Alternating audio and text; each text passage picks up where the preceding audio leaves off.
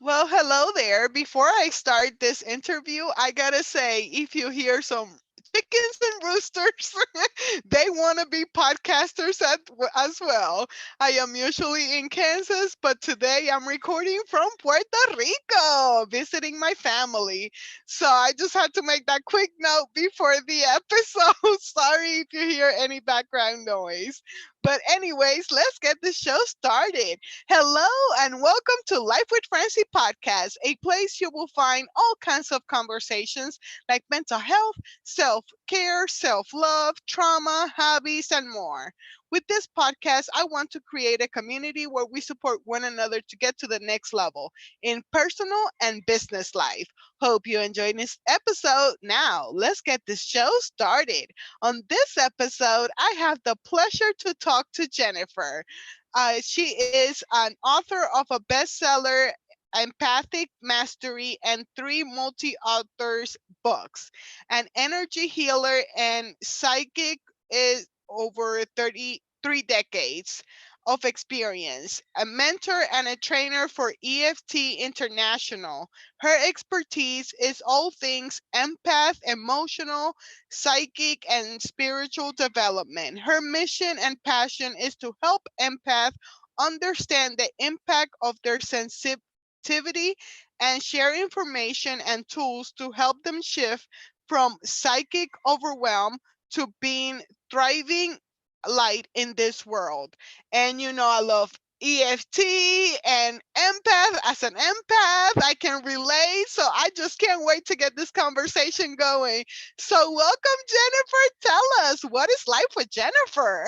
Well, first off, Francie, I just want to say thank you so much for having me here. And thank you, Roosters, for serenading us today. I live out in horse country and chicken country myself. So this is a very familiar sound and it is just wonderful. So what is life with Jennifer like? I have to say, at this point in time, life with Jennifer is really pretty wonderful. I am, there's something that women of a certain age, right before I was shortly before I was going to turn 50, a bunch of women said to me, the best thing about turning 50 is that you stop caring what other people think about you. And I'm actually coming up on my 60th birthday on Christmas. So I've got a decade of not caring what other people think of me. And I have to say that the freedom of living my life on my terms and not getting sucked into all of the people pleasing, all of the, is this, what will they think of this? Has been so liberating, and I get to give myself permission to live the life I want to live instead of trying to fit into being the square peg into the round hole. So, so life with Jennifer is really awesome, but I will say that it wasn't always really awesome. And especially as somebody who identifies as an empath, picking up the thoughts, the feelings, the energy, the sensations, the stuff that was coming from the world around me, but also not necessarily knowing that it was my own. I really had a lot of emotional, mental distress that I had to learn to work through. So I could go on and on and on, but I figure this is a conversation, not a monologue. So I'll let you ask No, a you are question. fine. Yeah. I love it. And girl, I'm in my 30s. I just learned how to not give a F about anybody, but you have a decade on it already. So it's like, ooh, I bet that's so It is liberating. so liberating. And I gotta say, like, if you are in your 30s and you're learning to not to give zero Fs about stuff, oh my God. Like, I wish that when I was in my 30s, I gave a lot less Fs about a lot less stuff, because everything I was doing was about, like not wanting to rock the boat and not wanting to Yep. ruffle feathers. But at the same time, I was weird, I mean, let's just call it what it is. I'm this psychic, I'm this empath, I'm this creative. Like as a child, I was like really, really intuitive. Kids thought I was really weird. Like, I joke about, they didn't let me play the reindeer games. They knew I belonged in the island of misfit toys. I don't know if you're familiar with the Rudolph references, but being born on Christmas Day, I watched a lot of Rudolph the Red-Nosed Reindeer when I was a little Yeah, kid. man. Yeah. But, and when I was younger, I really cared what other people thought of me, except that at the same time that I cared what other people thought of me, I could not fit in.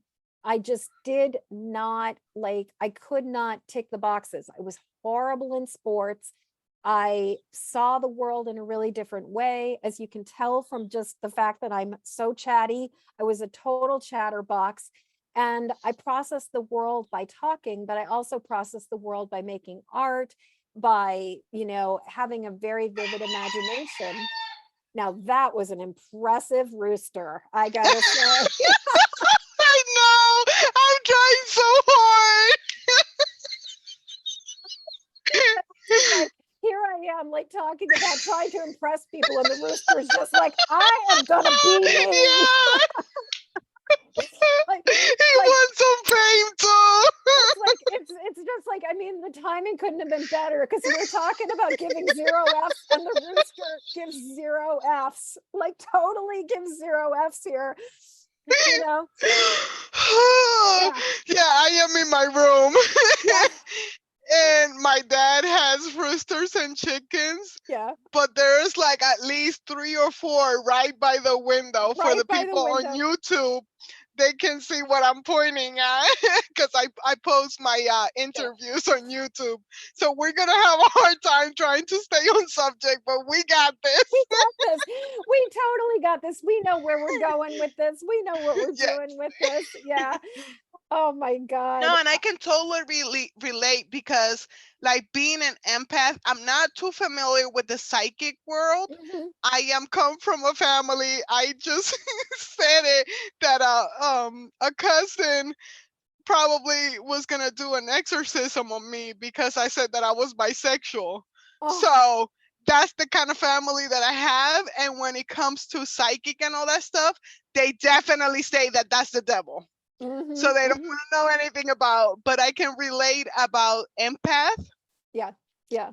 and relating to people and absorbing their energy, absorbing everything. So if you're happy, I'm happy. If you're sad, I'm sad, and like caring and everything. So I have been in my 30s not giving a F about anything. I have been protecting my energy. Oh, So now that is so I know. good. And trust me, I already want to get in a plane and leave Mhm. because I feel so out of place because my family doesn't understand me and their beliefs are not my beliefs. So we're having a hard time. I already asked for help, everybody on a text message. But yeah, tell me more about you. How did your mission started?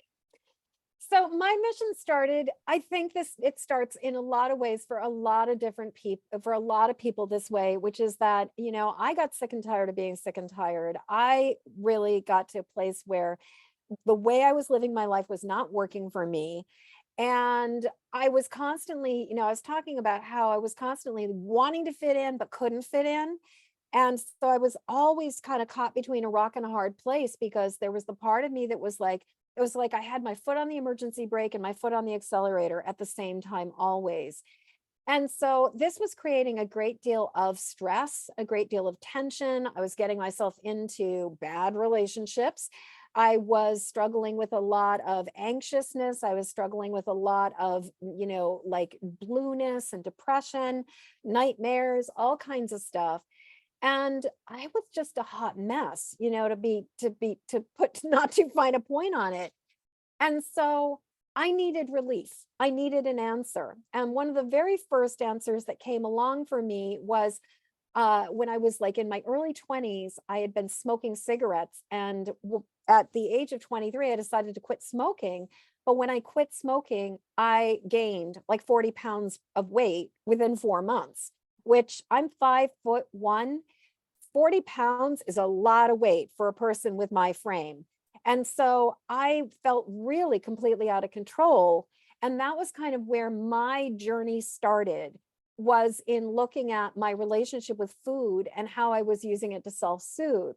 But the thing is, if you've ever used any kind of substance, weed, alcohol, food, even like Netflix or shopping, and you change that behavior, you stop it, then what happens is the stuff that's underneath the surface, that is the reason why you did it in the first place, rises up to be addressed. So basically, quitting smoking and gaining weight, and then going on, discovering that I was addicted to sugar and I needed to stop eating it all the time. That was like the beginning of my journey. That was what led me to start being like, okay, so what's really going on underneath the hood? And this was not a fast journey by any means. Like, this was a journey, a slow, incremental, like one little baby step at a time, like finding like the little breadcrumbs and the lights along the way, and finding the places that led me to the next person, that led me to the next support, the next tool. But the thing was that as I started developing tools and I started to feel better, I like, I know how awful it is to feel like, can I swear on this podcast? Oh yeah, girl. Okay. Yeah, I know how awful it is to feel like total crap. I know how awful it is to really like wonder like what end is up, to be doubting yourself and to have just like self-esteem that is in the toilet. And because I know that, and I was able to started to find tools that actually made a difference for me, it was almost like, how could I not want to share it with other people? And so that was kind of in my mid to late 20s. That was where I sort of got on the road and started to, because I had already been doing intuitive readings and reading cards for people from the time I was like 19 on. But I started to like receive support, and I started to develop my chops as a healer. And this has been a journey for now like over 3 decades of like finding my way and then sharing those tools with other people. And I really want to acknowledge something you were saying about, that thing of like your family, like they can understand being an empath, but like being a psychic is kind of like, like pitchforks and torches kind of stuff. Yep. And, it's so funny because in my experience, I grew up in an atheist family, but in a weird way, there's a real similarity between people who grow up in atheist families and people who grow up in very like evangelical or very conservative and very, very religious families, because both of those worldviews are that nobody else's worldview is acceptable, and that atheists are as dogmatic about their belief that there is no thing and that this stuff is just complete hooey, as like some religious people are, that this is of the devil. But it's kind of like in both of those worlds, there isn't room for you to be you or for me to be me. And there's Not this, at all. not at all. And there's this way in which, like in my case, it's more like, in your case, it would be like, oh, we need to bring in the exorcist because, there's something wrong with you and we need to get the devil out of you. In my case, it would have been more likely, we need to send her off to a mental institution or get her a therapist because like she's like deluded and is making up stuff.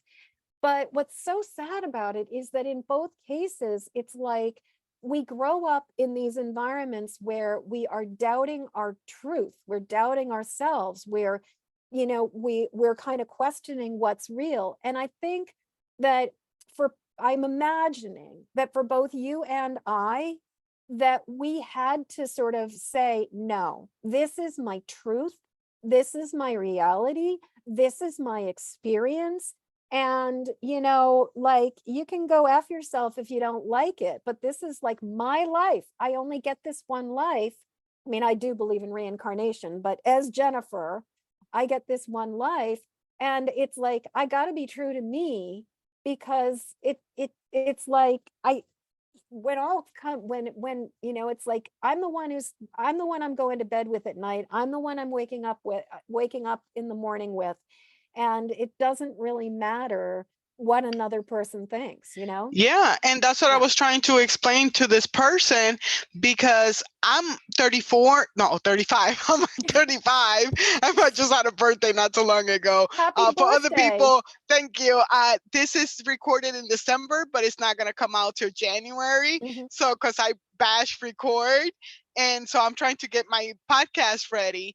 But yeah, that's what I was telling her. Like, I have a year, maybe a year and a half of loving myself Mm, and mm, accepting who I am and everything. And I was explaining to her like how I had a rough childhood here because I had feelings towards man and woman, but I had my family trying to get me to repent because that's what she was trying to do for like an hour. And I felt like so trapped. And I know that everybody's like, I would have walked away and everything else, but they're my family. they're And your just because family.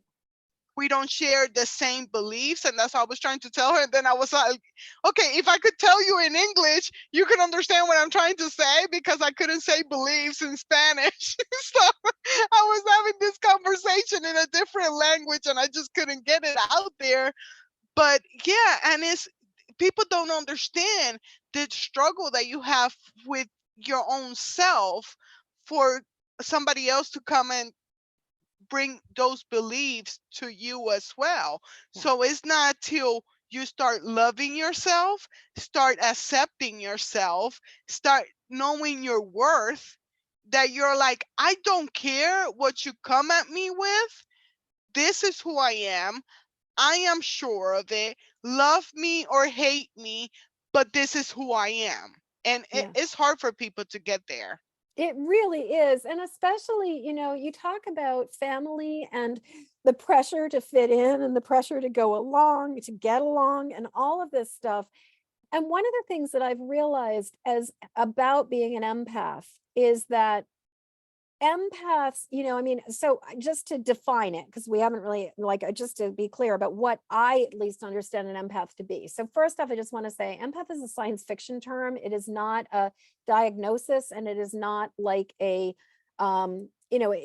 not like a mental health definition. It is a word that comes from science fiction. But what I find an empath is a person or a creature, it could be a cat, a dog, another animal, but somebody who picks up the thoughts, the feelings, the energy, and the sensations and like you said, they can pick up the sadness or they can pick up the happiness, but picks it up from the world around them. And unlike somebody who is psychic, intuitive, or a medium, they experience it through their own filter as if it's their own. The thing that's fascinating is that all of these abilities are the extrasensory perception, the ability to pick up on the stuff that is unseen, unheard, unknown, unspoken, but to be able to grasp it anyway. So, like, for example, in my experience, like an empath, so if you walked into a room where a fight had happened before, the psychic or the intuitive is going to walk in and go, wow, it really feels weird in here. It feels like somebody must have been having a fight earlier. There's a lot of anger in the room.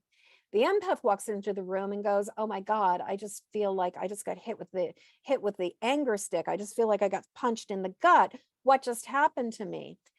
And the thing about being an empath is that if you've grown up in an environment that doesn't acknowledge that this stuff is real, I will say that out of the thousands of empaths that I have spoken to so far, I have met one person who I interviewed who did not have this experience. But pretty much everybody I know was told when we were little kids, you're too sensitive, you're overreacting, you're taking it too personally, suck it up, get over it. You need to develop a tougher skin. Stop worrying about it. Just let it go. Stop thinking about it. It's not that big a deal. That's not really happening, and just like, so like quit your bitching.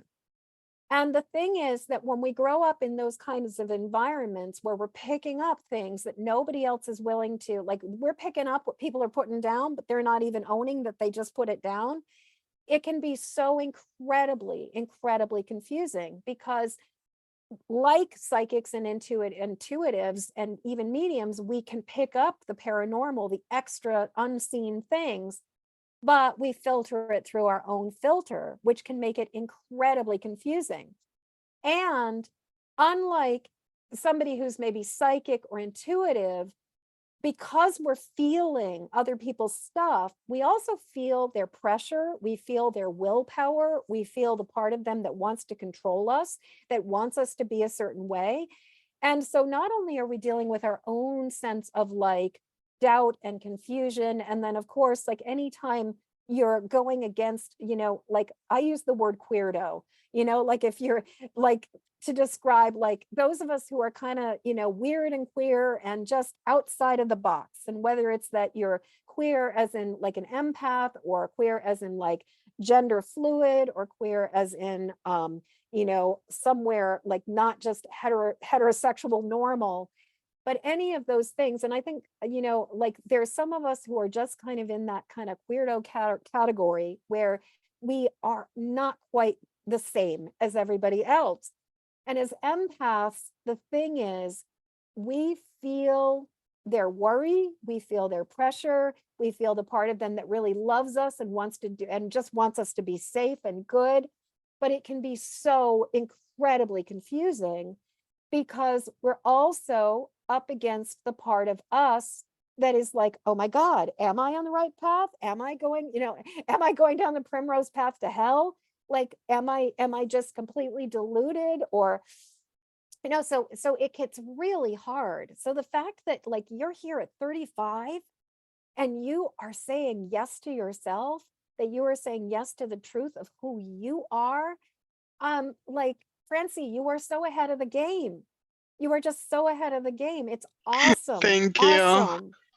Yeah. Yeah, no, it's like you said, it's not like an easy road or a short coming. Like I said, I'm 35 and I just started loving myself a year ago. Yeah. Yeah. Well, and I found for myself that loving myself was such a journey. Like it started for me with loving myself by putting down cigarettes and like loving myself enough to not do things that were causing real harm to my body. And then loving myself enough to say, you know what, I cannot handle sugar. Like one is too many and 1,000 is never enough. And interestingly, I do find that for a lot of us who are highly sensitive, sugar really amplifies our vulnerability and amplifies our emotional sensitivity. Like it really can increase that. So I really find that in order to not like feel out of sorts, abstaining from sugar, processed sugar especially, has made a huge difference for me. And so like the self-love started with these little acts of like, I will stop beating the crap out of myself. And then I started learning more about like, well, what does really loving myself look like? Like for you right now, it's like, okay, I'm going to go put myself in my room and I'm not going to engage in a conversation with everybody right now. Or, maybe I can go for a walk with my nephews and we can go out and we can look at the sky and just like not think about something. And like, or maybe, I don't want to sit at the table. I'm going to get up and I'm going to go help with the dishes so that I don't have to listen to, like my uncle, like talking shit about other people or something, like, or sometimes it's like, I'm going to just go make a phone call and I'm going to reach out and I'm going to say I'm having a really hard time. Or sometimes it's like, you know what, this is really difficult. I think I need to get on a plane and I need to get home sooner than I thought I was going to do. But, that self-love of like giving ourselves permission to do what's right for us and not just succumb to the pressure that other people have for what they think we should be doing and what they want us to do. Yeah, outsiders. So I can relate a lot with outsiders, with rebels, with the ones that the world says, "Oh, you are crazy." I'm like, "Yep, come to me," Yep. Yep. because that's the people that I can relate to. But yeah. So then, how did the book came about? So the book was a process. I started to have a conversation. So for 20 years, talk about a really like a total rebel job. For 20 years, when I graduated from seminary in 97, I had the opportunity to become an apprentice for a tattooer. And so I started to learn how to tattoo because I have a background as an artist, and I'd always known that tattooing, and believe me, there's a point to this story, that I had always known that tattooing could be used in a different way, and I felt really called to do it as a healing art. And I had a background in healing already. I had developed some as a Reiki practitioner, as a breath worker, as an intuitive, as an energy healer. And so I knew I could do something. And so when I graduated from seminary, because I have a master's degree in psychology and religion, I, of course, didn't just go like find a job in a church or something like that. Actually, it would have been a UU fellowship, not a church, because I was not raised Christian. But but I instead I was like I was following guidance and spirit, and I happened to have the opportunity to find and like to land in like this guy basically literally parked his camper across from where I was camping at this big festival, and he happened to be a tattooer. And by the end of the week, I was following him back to upstate New York to become his apprentice. I mean, it's unheard of. And so basically, I had been doing healing work as a tattooer for a number of years when I started to realize I'd probably been into the business for maybe about 9 or 10 years at this point, when I started to realize that so many of my clients, so many of the people that were coming to me had been struggling with anxiety, depression, um, feelings of like just feeling out of sorts, feeling like an outsider, feeling like an outlier, feeling just different.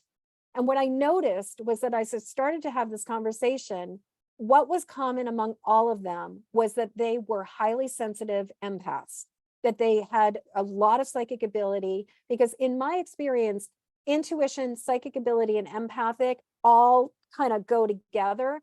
The challenge is that when we are picking up everybody else's thoughts, feelings, and energy, it's really hard to recognize what's ours and what's not ours. So we kind of go into the empathic overwhelm instead of that sort of like intuitive discernment and that sort of like deeper inner knowing that comes with when we cultivate our intuition and our psychic abilities.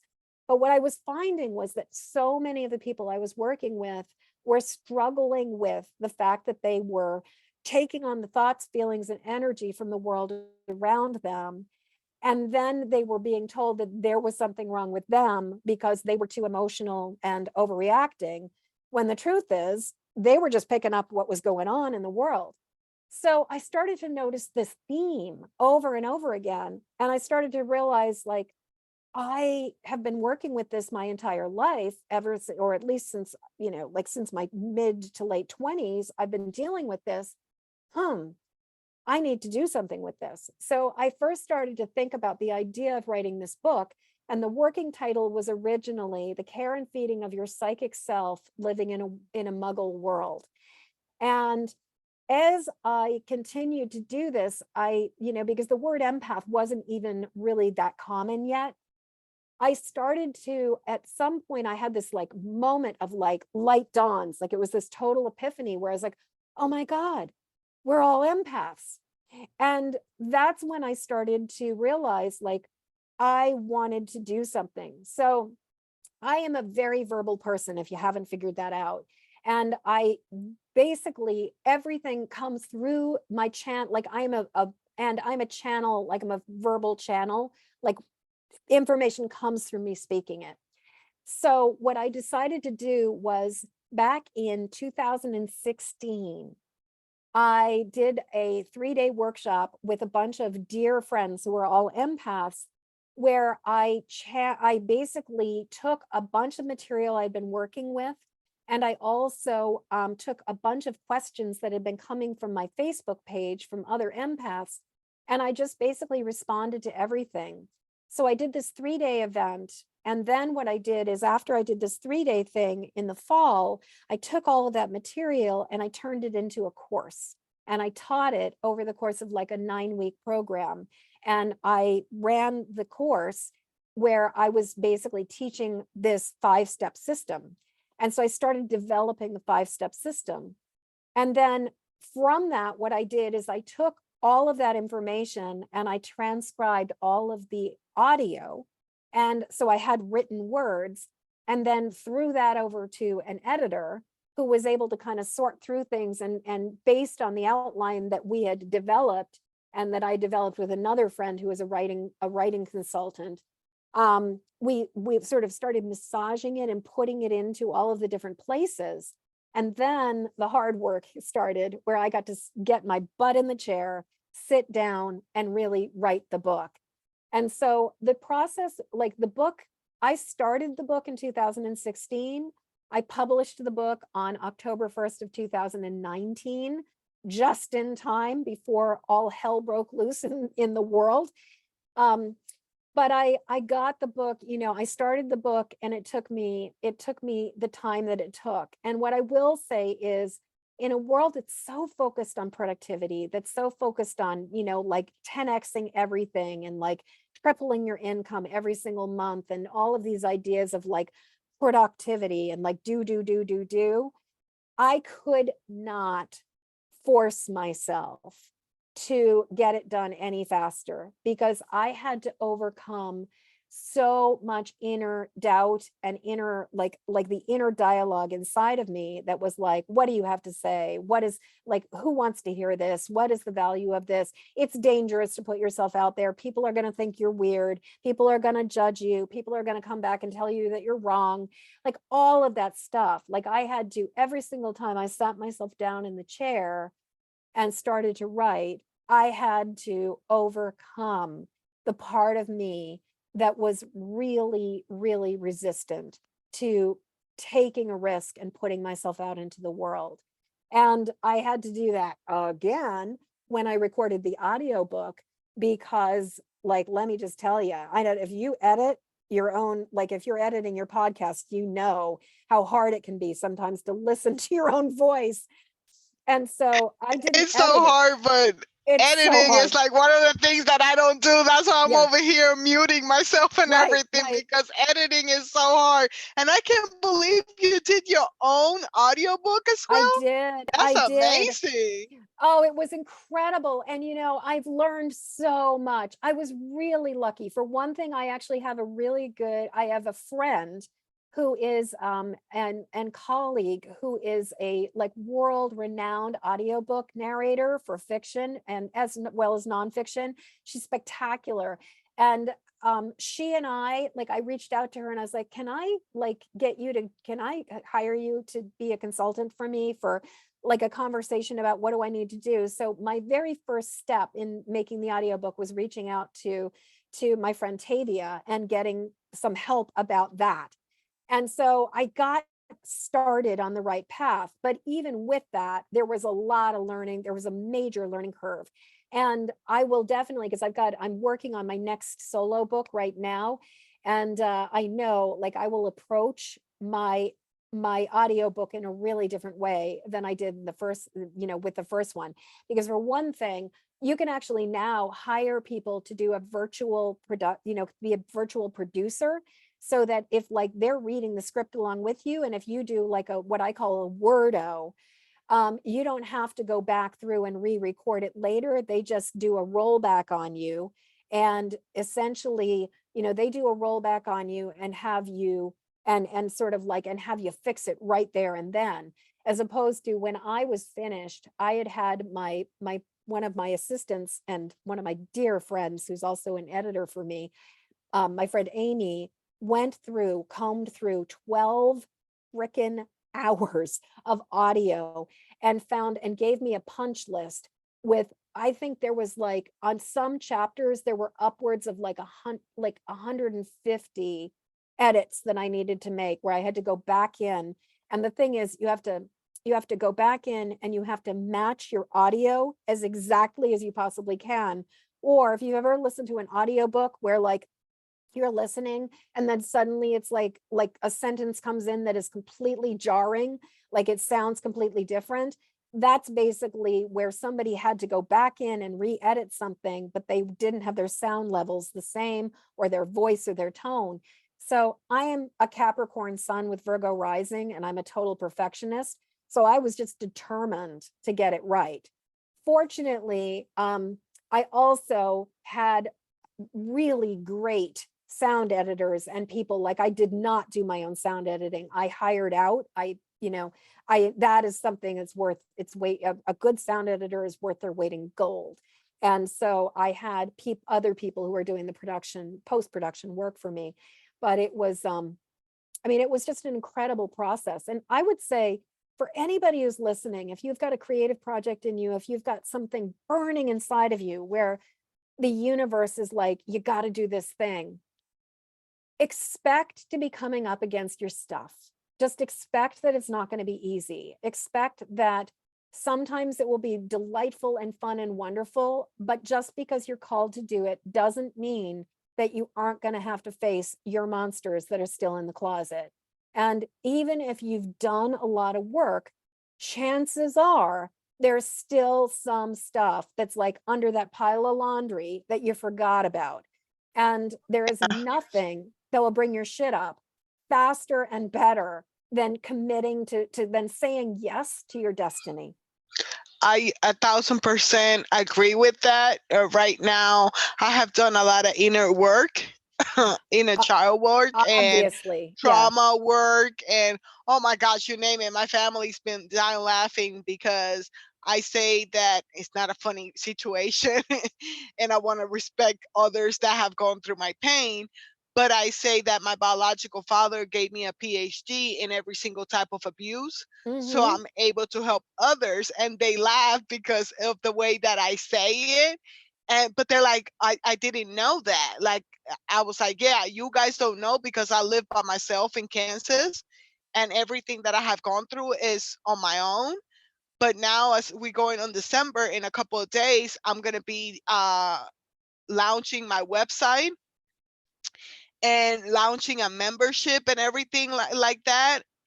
And the stuff that have come up, that I'm not worthy, that I'm not enough, that who the heck do I think I am, and everything. Oh, it is insane. So yes, when you choose to do what your mission and your passion is, oh yeah, all the stuff will come back. All It the doesn't stuff, matter, all the all work. the stuff. You have to be secure on your body.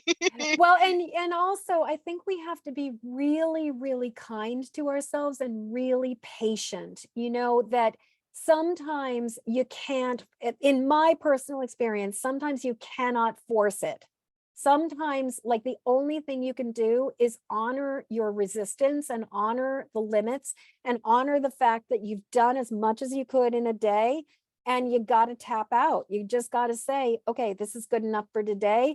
Tomorrow, or maybe I need a break tomorrow, and the next day I'm just going to pick things up and I'm going to get my butt in the chair and I'm going to show up and I'm going to do it again.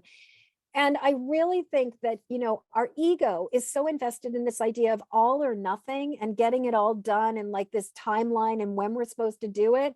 If there's one thing I can say to you, or I can offer you and the audience that I think is so important, is things happen in the universe's time, not ours, not our ego's time. And a lot of times things happen the way that, like, it doesn't necessarily happen exactly the way we expect it to. And it doesn't necessarily happen like how we hope it will, but it happens exactly as it should. And if we can really just like celebrate every tiny little incremental victory that we make every day and keep on giving ourselves permission to just keep going forward. Like, if I had set a deadline and a timeline for the book or for the audio book, I would have failed. But because instead I was like, I'm just going to keep on showing up and I'm going to do the best I can and I'm going to do as much as I can just for today. And then I'm going to give myself a break and I will come back again and again. That willingness to just like get your butt in the chair, get your hands on the keyboard, get your face in front of the camera, whatever it is, all of those things, like, just celebrate the fact that you just keep taking consistent, persistent, incremental action, because it's not one thing that's going to make us succeed. It's not one overnight stuff. And I'll also say, like, it's funny because I meet sometimes people who are like terrified to do their first like Facebook Live or their first video. And they're like, oh my God, what's going to happen? As if they're going to go viral with the one video that they do. And I mean, I have literally recorded at this point thousands of videos, thousands of videos. Like I have been, if I start counting all the reels, all the YouTube videos, all of the Facebook lives, everything, I mean, literally thousands of videos, tons of master classes, tons of conversations, tons of podcasts. I've not only both as the host and the guest. And what I will say is that you got to do it consistently again and again and again and again and again. And by doing it over and over and over again, eventually you get that momentum. And sort of that joke of like the overnight sensation that took 10 years. It's like to establish ourselves in the work takes time. And so I find it sad and kind of, but funny when people are just like fretting or like just like perseverating and worrying about doing their very first Facebook Live or their very first YouTube video because they're so afraid of like, what will other people think? And oh my God, like I'm gonna be an overnight sensation. It's like, maybe your experience will be different than everybody else's experience. Every so often you'll run into somebody who has something that just happens to go viral. But for most of us, it's really, it really is like, no, do that first video, then do the next video, then do the next video after that. And after you've got 100 under your belt, then let's talk, because it takes what it takes. And so giving ourselves permission to honor the tender parts of ourselves, to honor the vulnerable parts of ourselves, and to also celebrate every time we get up and we turn on that camera or we get ourselves, we write that page or whatever. It's like, let's celebrate those victories, but not put so much pressure on ourselves that we feel like a failure if we're not doing it in this certain way. Or like you and I were talking about earlier about like when you feel called to a higher purpose and that podcast is part of what you're called to do. And you see the long game, but you've got other people who are like, hey, you're only making pennies on this. Like, like what's the point of this? And it's like, the point is it's about like, it's like the way I always see it is like the world of the especially the empathic entrepreneur, but any transformational entrepreneur, is that it's like we start with a tiny little ball of ice and we start pushing it up the hill, and we're pushing it and we're pushing it and we're pushing it and we're pushing it. And it takes a long time for that snowball to get really big.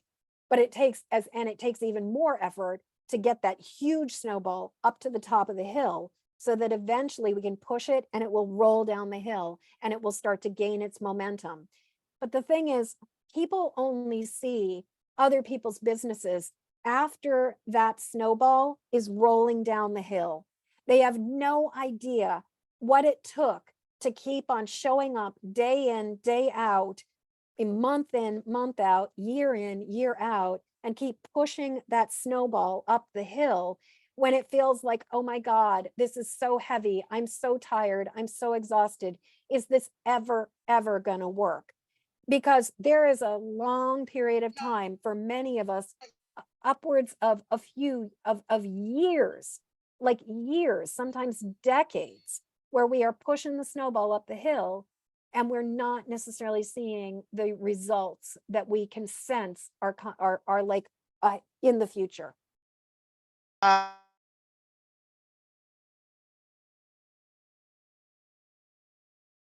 Having technical issues. I just figured that out. We're almost at the end. Yeah. She froze. Yep, I'm back. Come on, internet. Here we are. Are you back? Yep. The rain came in, girl. The rain came in. Isn't it amazing? With the rain, it's amazing what a difference rain makes when it comes to the internet. It's so crazy. That's why I kept looking out, because I was like, because here in my room, you can hear it from the mountains when the rain is coming down. So I was like, kind of hear it, and it's gone already. So it Awesome. just messes with a little bit. But before we leave, I wanted to ask too, because you're mentioning classes, masterclass, YouTube. In your description, there was EFT. Yeah. Yeah. So, do you have like a coaching program or what is it that you do? So I basically do two things in two different ways. And so I have, there's sort of the empath side of the work where it's about doing the personal work and teaching people how to deal with, basically how to learn how to recognize what's mine, what's not mine, release the stuff that isn't theirs, protect themselves both energetically and strategically, connect with a power greater than themselves, and then learn how to act in a different way. So those are the 5 steps of empathic mastery. And I do that privately, one-on-one with people. I do that with the Empathic Mastery Academy, which is a evergreen course that I teach. I sort of do a live round once a year, and then you have lifetime membership in the program of empathic mastery to be around other empaths who are working on this stuff. And I'm just finishing up this year's round of EMA. And I also I have a Facebook group where I teach those master classes that I was mentioning. That's actually a free Facebook group. And I do the master classes on right around the full moon every single month and sort of base it on like, what do empaths need to know? So that's one side of what I do. And within that, I also do Akashic record healing work. That's really amazing, that I really, really love to do. And then once a year, right around right now, the December, January period, I actually pull out my tarot cards for about 6 weeks and do what I call my magnificent New Year readings, where I talk to people about what does the rest of their year, or what is the year ahead energetically looking like, and what would be the best strategies to really optimize their year. So that's one side of it, which is all these sort of like healing energy. I'm an empath and I need some support side. And then the other side is for empaths, once they're at a place where they've kind of gotten it together and they're starting to really want to use their gifts to make a difference in the world. I'm a master trainer for EFT International. EFT stands for Emotional Freedom Techniques. And the simplest way to describe it is that it is like a form of mental and emotional acupuncture without the needles, where we basically place light pressure or tapping on acupuncture points on our hands, on our head, on our face, on our torso, and focus on the issues that are going on. And it is amazing. Like, it has been truly life-changing for me. And that's why I teach other people how to become impeccable EFT practitioners. And within that, I also mentor people. I coach them into becoming, or mentor them more than coach, into becoming accredited practitioners through EFT International. And I support people in like really becoming excellent healers who also are not taking on the thoughts, feelings, energy, and sensations that are coming from the world around them. So to learn more about all the things that I do, I got kind of a simple system. If you want to learn about all of it, just head on over to empathicmastery.com. If you want to get the book, empathicmasterybook.com, which has links for all of the different major markets, so that you can, and not only you can get it on Amazon, but you can also go to other outlets to get it. And it's now in Kindle copy or ebook, hard, paperback, hardcover, and audiobook. So it's available in all kinds of different ways. Like I said, empathicmasterybook.com. To listen to my podcast, jump over to empathicmasteryshow.com. And for more information about doing an EFT training, which is coming up soon on March 18th of 2023, is the next time I'm going to be running the level 1 and 2 practitioner training, which is like an 11-week program that I run. You can go over to eftinstruction.com. So that's kind of, in a nutshell, all the stuff that I do. No, yeah, I love that. I love EFT. I have had somebody else that is an expert on EFT come and talk about it. I say that because of my trauma, I have tried everything. And if you tell me scratching my head 3 times a day will help me, I will scratch my head 3 times a day. And a lot of people try to get me into meditation, but because I'm too loud, too expressive and everything, meditation doesn't work for me. Group meditation did once, but to quiet my mind is really hard. So what I have used is EFT for me, tapping, known as tapping, because it resets. And Exactly. not only your brain, but it's like your nervous system. It's like so much more. And I have said before in all the episodes that they have recommended for military people, Yes. that is a huge EFT training, or anything is huge in the military, Huge. because it is science based. Yes, yes. And there, at this point, there have been more double-blind studies and more studies done about the effectiveness of EFT for PTSD in the military than nearly any other modality. Like EFT really, really works for trauma. And do I have a minute to talk about Oh, why yeah, no, Yeah, no, we're fine. We still got great. like 15-20 minutes. Oh, You're great, fine. great, great. So I wanted to talk about, you said something that I think is really important to mention and address, because there are so many people who talk about meditation as the key to getting through this stuff. Just learn to quiet your mind. And what's fascinating is that now more and more people are starting to notice or discover that people who have histories of trauma, but especially people with CPTSD, complex PTSD, which sounds like you probably fit into that category, that meditation can actually be really, I don't know if I want to use the word harmful, but very, very hard, and actually like counterproductive for a trauma survivor. Because if your nervous system is really dysregulated and your body, you are already in a state of fight or flight, meditation will not necessarily calm your jacked nervous system down. And so instead, what happens is meditation, you're sitting, it's kind of like you get to sit in the room alone with your monsters.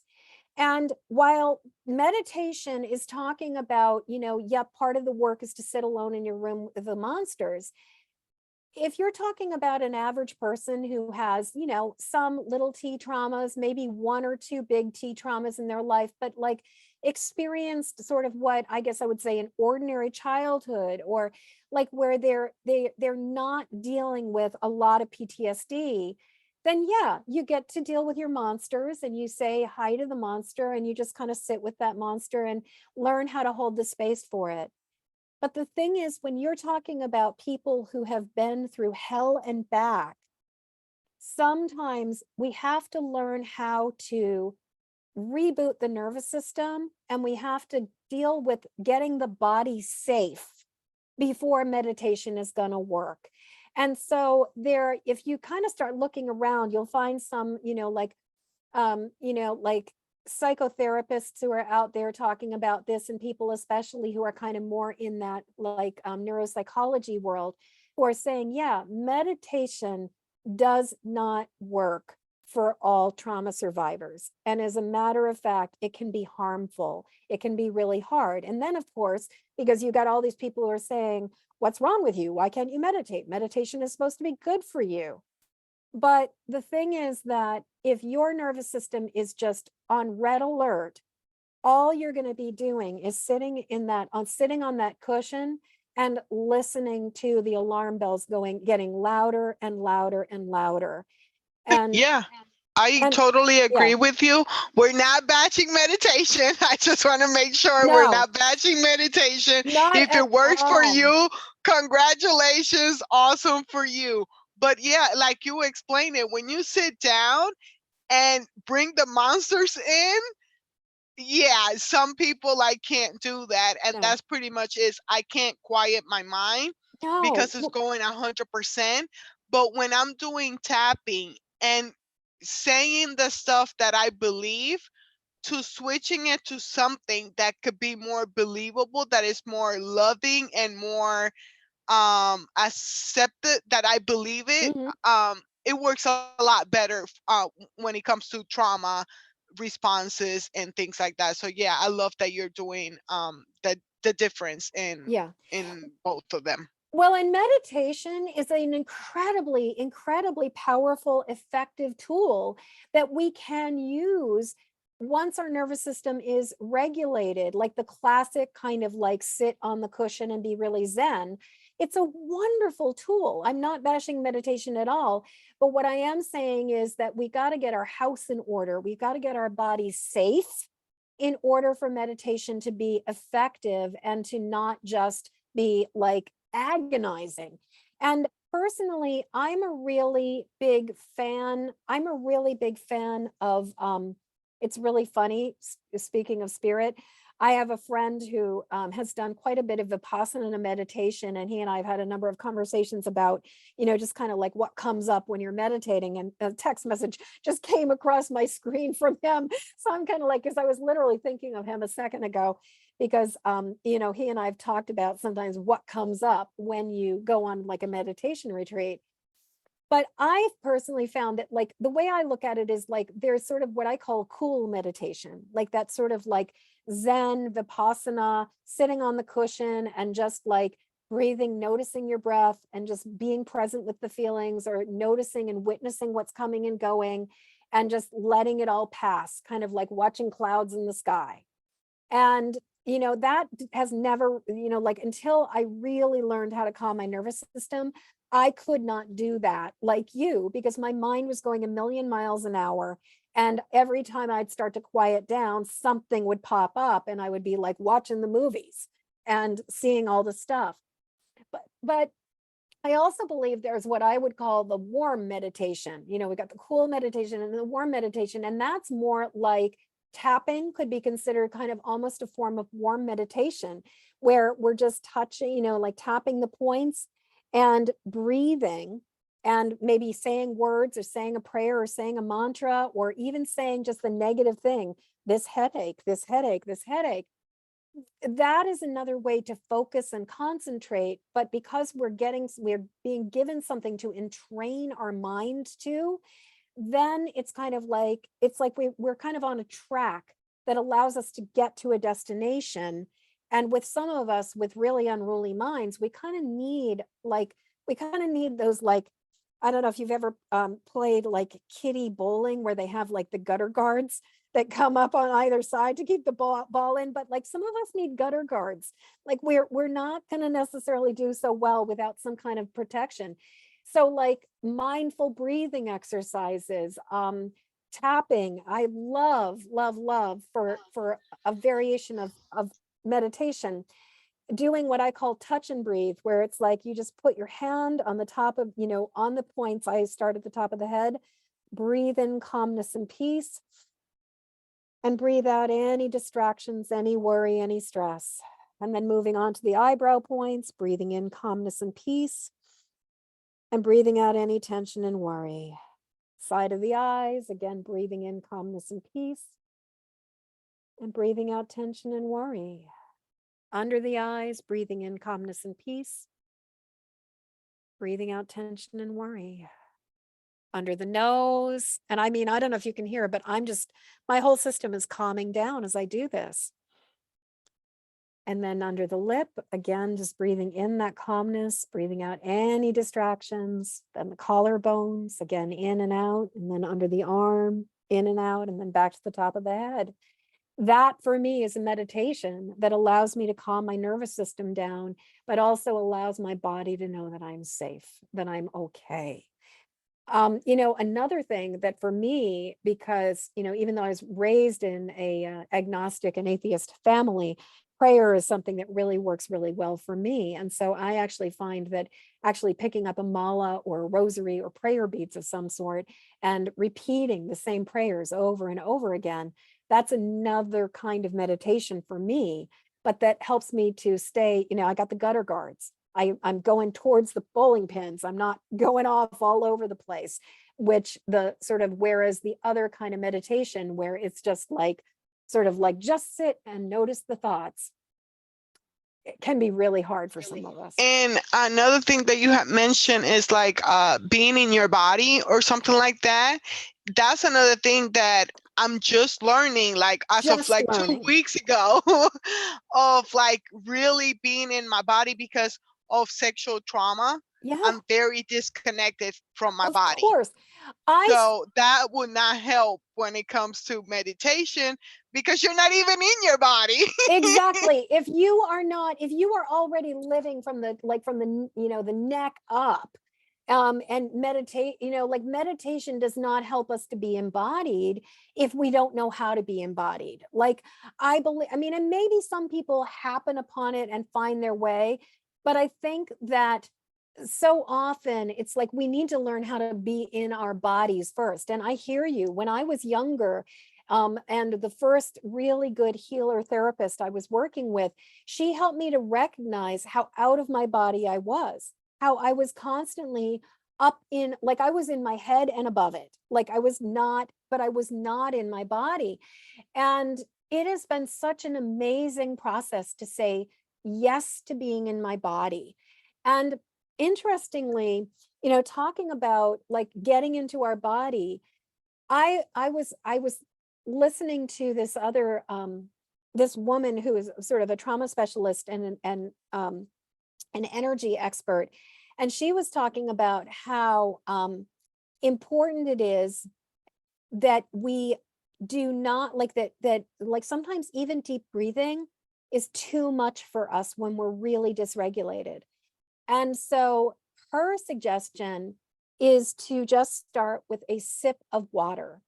And the thing is that what's so fascinating about this, I don't know if you have a glass of water nearby you. Do you have any water? Yeah. So what's so interesting about this is, so let's just take a sip of water, normal. Don't even think about it. It is what it is. Now, what I want you to do is I want you to take a second sip, but this time I want you to really pay attention and notice this sip of water as it comes into your mouth, and then follow it as far into your body as you can. So just really notice that sensation.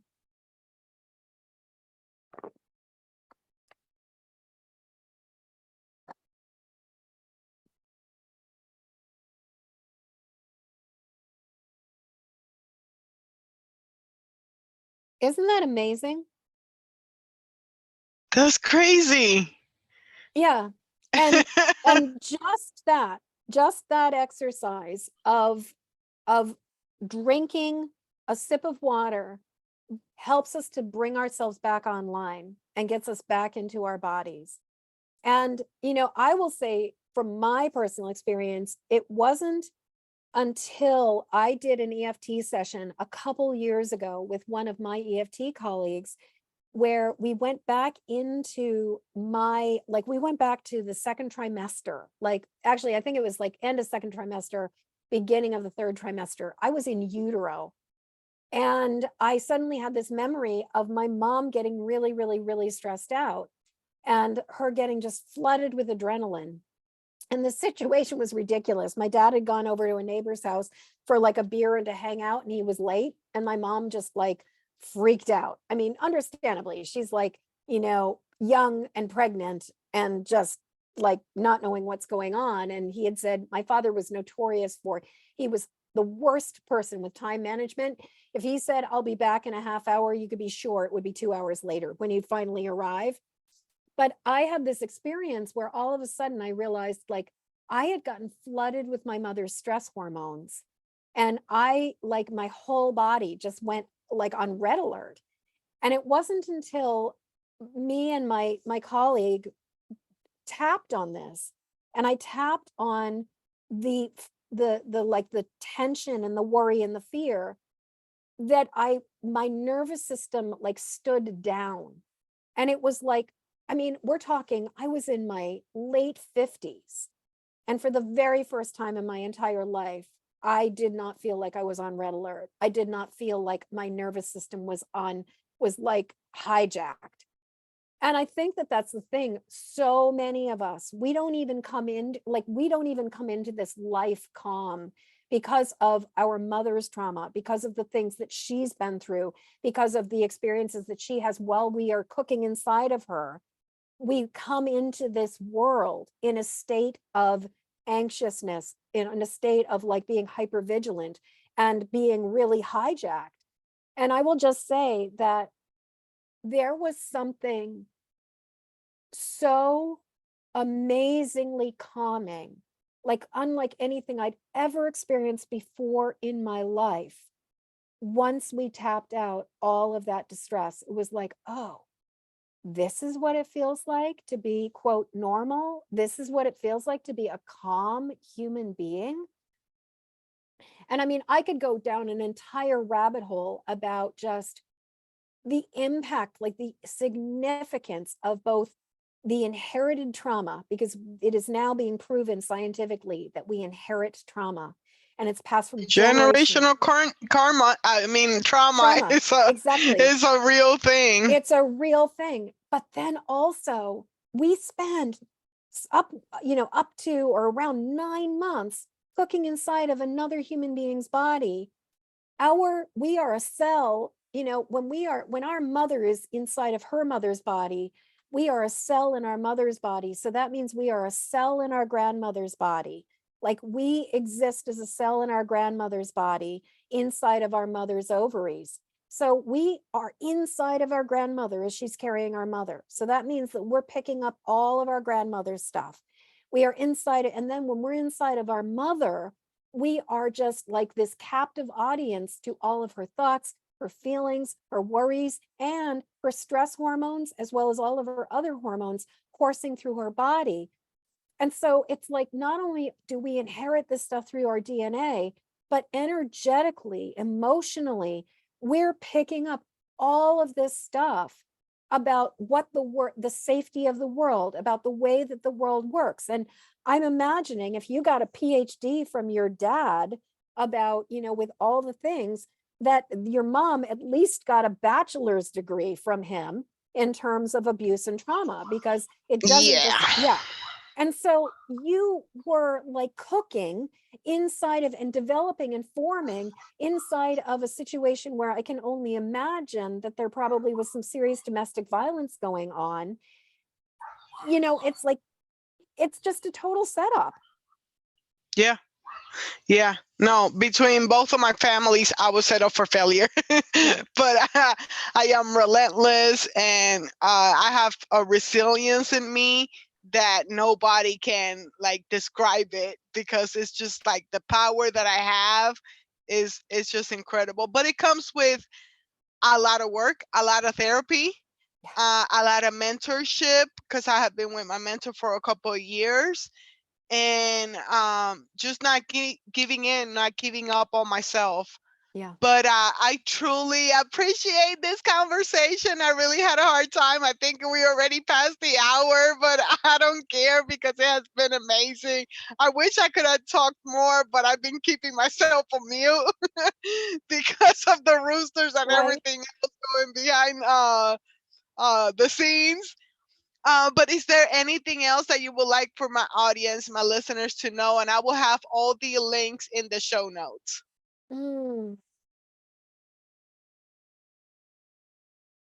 There's only one you, and you deserve to love yourself.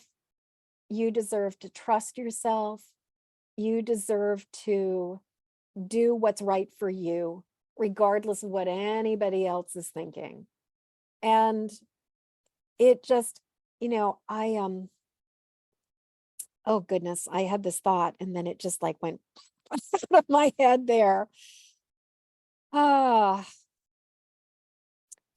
just really, it's like, it starts with us. We deserve to give ourselves permission. Oh yeah, this was the thing. If you're a fan of prayer or even of affirmation, but especially like I've been personally lately, like I feel like I'm at an up level of being willing to receive and accept support on an even deeper level. So what I've been asking for and praying for is, like, for one thing, the willingness to be willing to recognize what I need, the willingness to be willing to ask for what I need, and the willingness to be willing to receive and accept it with grace. And so, we're constantly growing, and that means that our needs are constantly growing too. And so I just really want to support you in, you were saying, you've been working with a mentor, you've been working with a, therapist, you've been doing this for a number of years. We have to say yes to the help. We cannot do this alone. We did not get in the state we are in all by ourselves. We're not going to get out of it all by ourselves. There's no such thing as a self-made millionaire. There's no such thing as a self-made man or woman. We get here by lifting each other up. So just, you deserve love. You deserve support. Say yes to that support and like, let yourself receive it. Let yourself accept it, because that's how we're going to change this world. One little baby incremental step at a time. What was the name of your podcast again? My podcast is empathicmasteryshow.com. And Okay. I think I already told the system, but basically the short version is, you want to learn about stuff, empathicmastery.com. You want the book, empathicmasterybook.com. You want the podcast, empathicmasteryshow.com. And you want to learn about training, becoming an impeccable EFT practitioner, eftinstruction.com. So, and my I show, yeah, love it. Good. yeah, excellent. Yeah. Awesome. Thank you so much. Okay, so this is going to be in January. There's a lot of people that have like a word for the year. Do you do that? Do you have a word for the year? Yes, I do. I've been working with words for the year for many, many years. And I will say one of my favorite words for a year was delight. That was a really, really good year. Really good year. But this year, my word is support. I love it. Support. Because in order to get to the next level, in order to do the next thing, in order to fulfill my mission, I really need to be able to receive even more support. I need to delegate a lot more, and I need to let the universe help me. So support is my word for the year. Awesome. And another way that you can reach out to her is through Podmatch. I'll have an ad for the community at the beginning of the episode when I have a guest from there, but I had to mention it as well before we leave. So if anybody want to reach out to her as a podcast guest or to be on her podcast, you can reach out to her through Podmatch. Absolutely. And you guys, Podmatch is the bomb. If you are a podcaster, if you are a guest, yeah, Francie and I were talking about how much we both love Podmatch, because it is such a wonderful group of, and a wonderful community of people who really love podcasting and are really committed to it.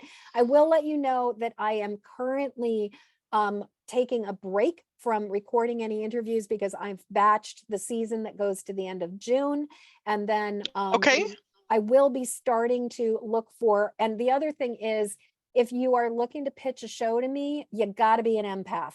Like, if you're not an empath, Interesting. I yeah, love it. yeah, like occasionally I'll get people who pitch and I'm kind of like, did you even read my description of what I'm looking for? So, but that's a whole other conversation Yeah, about no, I love it. pitching. Yeah. But if they wanted to have you as a guest, they can Yeah. reach out to Yes, you. if you want to reach out, yes, please. And I am going to be looking for other guests, but just right now, I'm taking a little bit of a break before I start recording in probably late February, early March for the new Yeah, season. no, I get it. I had taken a break from like October, Yeah, and now it's December to start my interviews from January through March.